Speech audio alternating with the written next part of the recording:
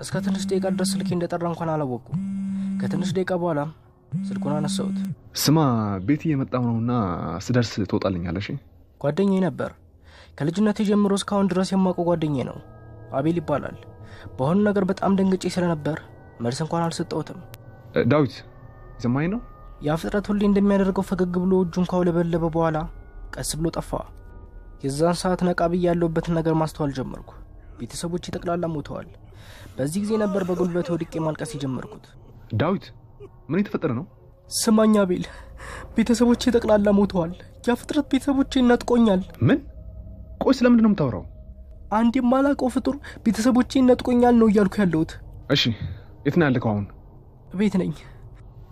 እሺ መጣሁ፣ ጠብቀኝ። በፍጥነት ነበር ወደ ቤት የመጣው። ቀስ አድርጎ ወደ ቤቱ ገባ። በዛ ሰዓት እሱም እንደኔ በጣም ደንግጦ ነበር። ዳዊት ቆይ ምንድን ነው የተፈጠረው? አላውቅም፣ ብቻ እንደማስተዋወሰው ከሆነ ትንሽ ንፋስ ለመውሰድ ወጣ ብዬ ስመለስ ሁሉ ነገር እንዳልነበር ሆኗል። እሺ ቤት ስትገባ ከነሱ በስተቀር ማን ነበረ? አንድ ፍጡር ነበር። ምን አይነት ፍጡር? አላውቅም፣ ብቻ በጣም ረጅምና የሚያስጠላ ፍጡር ነው።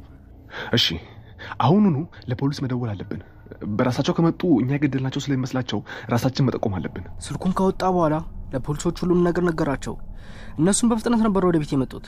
ቤት ከገቡ በኋላ የሆነ ነገር ሲመለከቱ እነሱም በጣም ደንግጠው ነበር። ከዛም የቤተሰቦቼን አስክሬን ከቤት ካወጡ በኋላ እኛን ወደ ጣቢያ ወስደው አንዳንድ ጥያቄዎችን መጠየቅ ጀመሩ።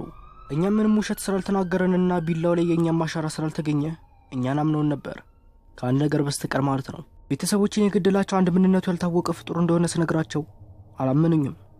እነሱም ቤተሰቦቼን የገደላቸው ሌባ እንደሆነና እኔም ድንጋጤ ውስጥ ስለነበርኩ ይሆናል እንደዚህ ያልኩት ብለው ኬዙን ዘጉት። እኔ ያልኩትን ነገር ያመነኝ አንድ ሰው ብቻ ነበር። እሱም ጓደኛዬ አቤል ነው። ከዛ ቀን በኋላ አንድም ሰዓት ከጎኔ ያልተለየም ነበር። እኔም ለሁለት ወራት ያክል ራሴን ጥዬ ነበር። እሰክራለሁ፣ እሳደባለሁ፣ በሆነ ባልሆነ ከተለያዩ ሰዎች ጋር እጣላለሁ። በዚህም ጊዜ አብሮኝ የሚሆነው ጓደኛዬ አቤል ነበር። አንድ ቀን ግን እንደተለመደው ሰክሬ ከተኛሁበት ሶፋ ላይ ስነቃ ጓደኛዬ ዳዊት ከፊት ለፊት ቁጭ ብሎ ነበር። ስማ ቆይ እንደዚህ ነው ህይወትን ለመቀጠል ያሰብከው? ሁሌም መጠጣት፣ መደባደብ፣ መጣላት? አቤል ደግሞ የሆነውን ነገር እያወቅ በንዴት ውስጥ ሆኖ ነበር ሲናገረኝ የነበረው። እና ምን ይፈጠር? ስማኝ ዳዊት፣ የደረሰብህ ነገር በጣም አሳዛኝ ነገር እንደሆነ አውቃለሁ። ነገር ግን እስከ መቼ ነው በዚህ መንገድ ለመቀጠል ያሰብከው? እባክህ በጊዜ ንቃ። ህይወትን እንደ አዲስ መኖር ጀምር። ደግሞ ያ ፍጥረት ከዛ ጊዜ ጀምሮ መጥቶ አያውቅም እኮ አይደል እንዴ? አያውቅም፣ ግን ደግሞ መምጣቱ አይቀርም። እንዴ? እንዴት? ያ ፍጥረት የሚመጣው ሁሌ የበዓል ቀን ብቻ ነው። ሁሉንም ነገር ነገርኩት። ከዛም በኋላ ነበር እኔና አቤል የሆነ እቅድ ያዝነው።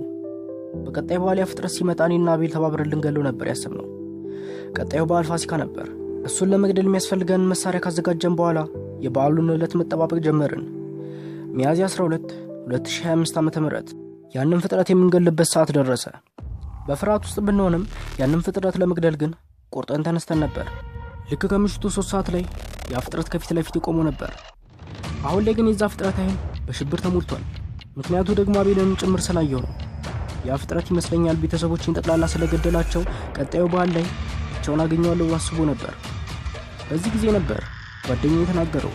ስማ ከዚህ በኋላ ምንም ነገር እንድታረግ አትፈልግም? አዎ ይበቃል፣ ተወን። ብዙ ነገር ንጥቀህናል፣ ይበቃል። በዚህ ጊዜ ነበር ያ ፍጥረት ላይ መለስ ይጠፋው። ይሄው 30 ዓመት ሞልቶኛል። ያ ፍጥረት እስከ ዛሬ ድረስ መጥቶ አያውቅም። እና ዳዊት ያ ፍጥረት ከዛ ጊዜ በኋላ መጥቶ አያውቅም አይደል? መጥቶ አያውቅም። ስለዚህ ህይወትን አሪፍ አድርገህ ትጀምራለህ ማለት ነው እንዴ? ያው በጣም አሪፍ አድርጌ ነው እንጂ የምጀምረው። ግን አቤል እስከ ዛሬ ድረስ ከጎኔ ስላልተለየኝ በጣም አመሰግናለሁ። ምንም አይደል። ደግሞ አይዞክ፣ ይህን ጊዜ አብረን እናሳልፈዋለን፣ አታስብ። በዚህ መንገድ ከጓደኛዬ ጋር ትንሽ ከተጫወትን በኋላ ቻው ተባብለን ወደ የቤታችን አመራን። ቤቴን ከፍቼ ወደ ተከገበው በኋላ ሶፋው ላይ ሲቀመጥ ከፊት ለፊት የነበረው ጠረጴዛ ላይ አንድ ወረቀት ይታያል። ወረቀቱን ከፈትኩት። ወረቀቱ ላይ የተጻፈው ጽሑፍ መምጣት አይቀርም ይላል።